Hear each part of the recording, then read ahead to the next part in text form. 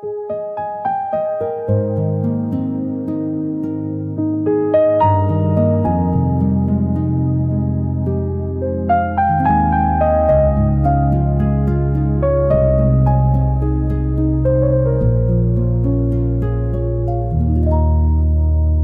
et bienvenue, je suis Christine, praticienne en médiation par l'animal depuis 11 ans.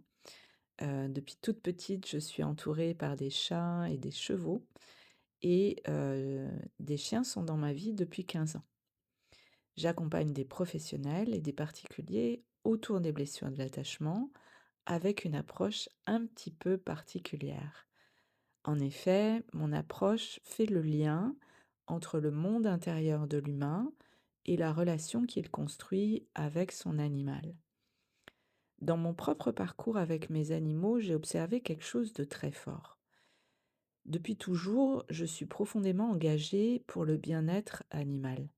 Mais pendant très longtemps, quand un de mes animaux allait mal, quand il était anxieux, sensible, se montrait réactif, ou qu'un comportement me dérangeait, en fait, je cherchais à le réparer.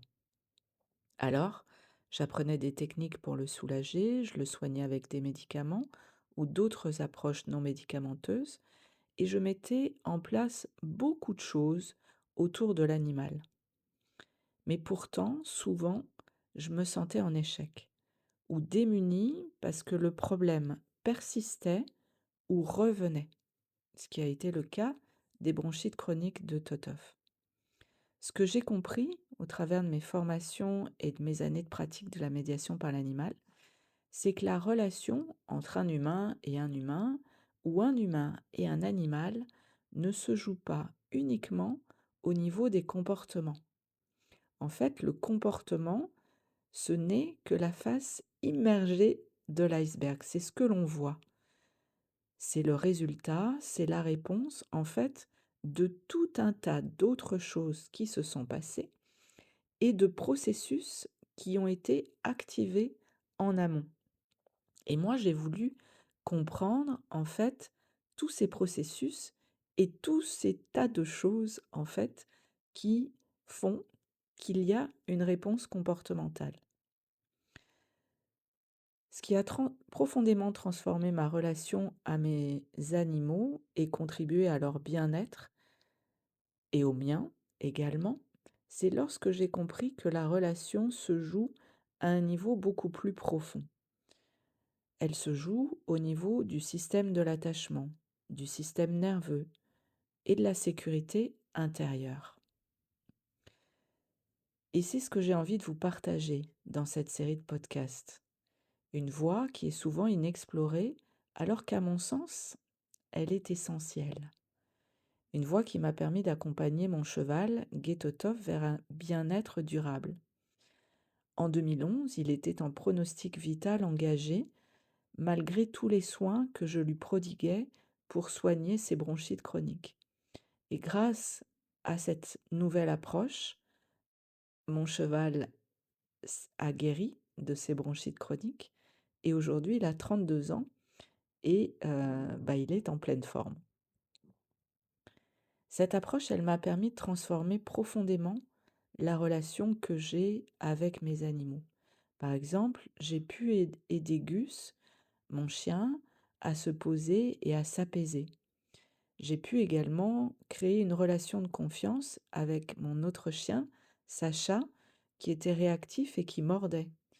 Et j'ai développé une profonde relation de complicité avec Aloha et Minnie, qui m'ont accompagnée pendant 10 ans en médiation par l'animal.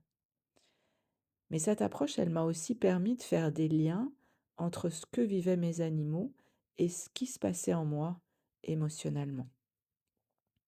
Alors j'ai conçu cette série de podcasts pour vous aider, pour transmettre et vous aider à mettre du sens sur ce que vous vivez avec votre animal, à mieux comprendre votre fonctionnement et surtout à transformer la relation en profondeur.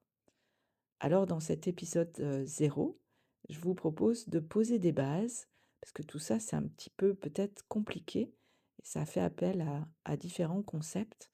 Alors je vais essayer de faire le plus simple possible, et donc Aujourd'hui, on va voir pourquoi est-ce si important de comprendre votre style d'attachement et en quoi ça peut changer, heu, la relation à votre animal. Donc bienvenue dans ce premier épisode. Cet épisode ne va pas vous donner des techniques. Il ne va pas vous expliquer comment corriger un comportement. Par contre, heu, il va poser quelque chose d'essentiel, quelque chose qui peut, à lui seul, changer profondément la manière dont vous comprenez votre animal et la manière dont vous êtes en relation avec lui. Alors avant tout, j'aimerais vous poser une question. Est-ce que cela vous est déjà arrivé de vous dire, face à un comportement, un trouble, une pathologie de votre animal: «Je fais tout ce qu'il faut et pourtant, ça ne change pas vraiment»? Vous avez peut-être essayé différentes approches, lu et suivi des conseils, mis en place des exercices, suivi des prescriptions et recommandations des vétérinaires, des comportementalistes, des éducateurs, et malgré tout, votre animal reste anxieux ou il reste réactif, il est dépendant de vous, peut-être que vous dites qu'il est fusionnel avec vous, il est difficile à apaiser, ou il présente une pathologie qui revient régulièrement, comme TOTOF, une pathologie par exemple respiratoire. Alors souvent, dans ces moments-là, on cherche encore plus de solutions et on se dit: «Je n'ai pas trouvé la bonne méthode, je dois faire autrement, ou il faut que je comprenne ce qui ne va pas chez mon animal». Et si pour un instant, en fait, on changeait complètement de regard? Et si la question n'était pas uniquement: «Qu'est-ce qui ne va pas chez mon animal?», mais plutôt: «Qu'est-ce qui se joue dans la relation entre nous?». Parce qu'il y a quelque chose de fondamental à comprendre. Votre animal, il ne réagit pas seulement à ce que vous faites, il réagit surtout à ce que vous êtes à l'intérieur de vous-même. Il réagit à votre niveau de sécurité, à la manière dont votre système nerveux entre en lien avec le sien. Et c'est là que l'on va parler de ce concept clé, à mon sens, qui est l'attachement. L'attachement, c'est quoi? C'est la manière dont, enfant, nous avons appris à être en relation. Quand nous étions enfants, est-ce que le lien était un endroit sûr? Est-ce que nos émotions ont été accueillies? Est-ce que quelqu'un était là pour nous apaiser quand nous en avions besoin? Ou au contraire, avons-nous appris à nous adapter, à nous méfier, à nous débrouiller seuls, à nous accrocher au lien par peur de le perdre? Toutes ces expériences ont façonné ce que l'on appelle notre style d'attachement. Et ce style, on ne le laisse pas dans l'enfance, on va le transporter avec nous à tous les âges de notre vie, de l'enfance jusqu'à la fin de notre vie. On va le transporter dans nos relations, dans nos réactions, dans notre manière d'aimer et dans notre relation avec notre animal. Parce que oui, votre animal entre en relation avec vous. Et vous l'avez déjà vu, il est en relation à tout moment. Il vous observe, votre chien vous observe, même quand vous dormez. Et même quand vous croyez qu'il dort, il vous observe encore. Et dans cette relation, il va percevoir en fait vos tensions, votre besoin de contrôle, votre inquiétude, ou au contraire, il va percevoir votre calme, votre stabilité intérieure. Alors parfois, sans même s'en rendre compte, un humain inquiet va renforcer l'anxiété de son animal. Un humain en contrôle va rigidifier le comportement de son animal. Un humain qui se coupe de ses émotions va passer à côté des besoins de son animal. Et à l'inverse, Un humain sécurisant peut profondément apaiser son animal. Et c'est là que quelque chose d'important se joue. Parce que pendant longtemps, on a appris à chercher des solutions à l'extérieur, des techniques, des méthodes, des outils. Et encore une fois, c'est correct. Tout cela peut être très utile, mais il manque souvent une pièce essentielle. Cette pièce essentielle, c'est la sécurité relationnelle. Un animal ne se sent pas en sécurité uniquement parce que vous faites bien les choses. Il va se sentir en sécurité parce qu'il est en lien avec quelqu'un qui est lui-même en sécurité. Et je sais que ce que je suis en train de dire peut venir toucher quelque chose en vous.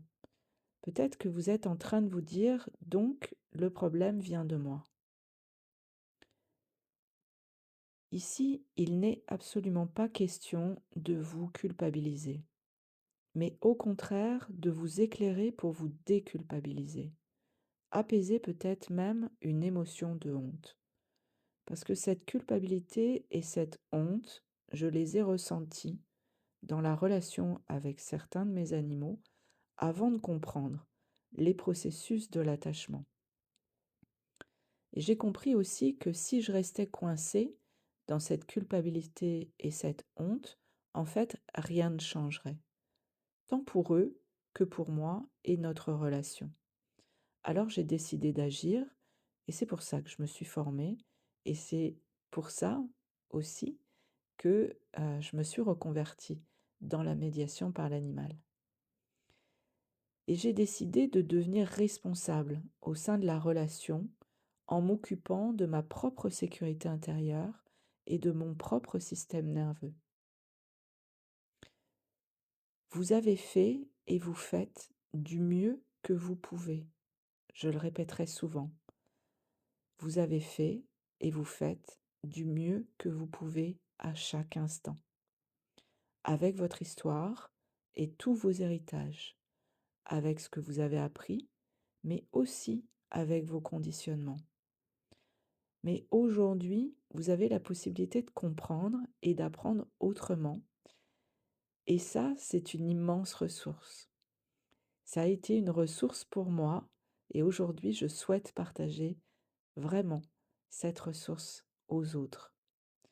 Parce que quand vous commencez à voir ces mécanismes, quand vous commencez à comprendre votre manière d'être en lien, votre manière de faire les choses, alors vous pouvez agir à un autre niveau, un niveau plus profond, qui équilibre, qui sécurise, qui harmonise la relation et offre un mieux-être durable, tant à votre animal qu'à vous.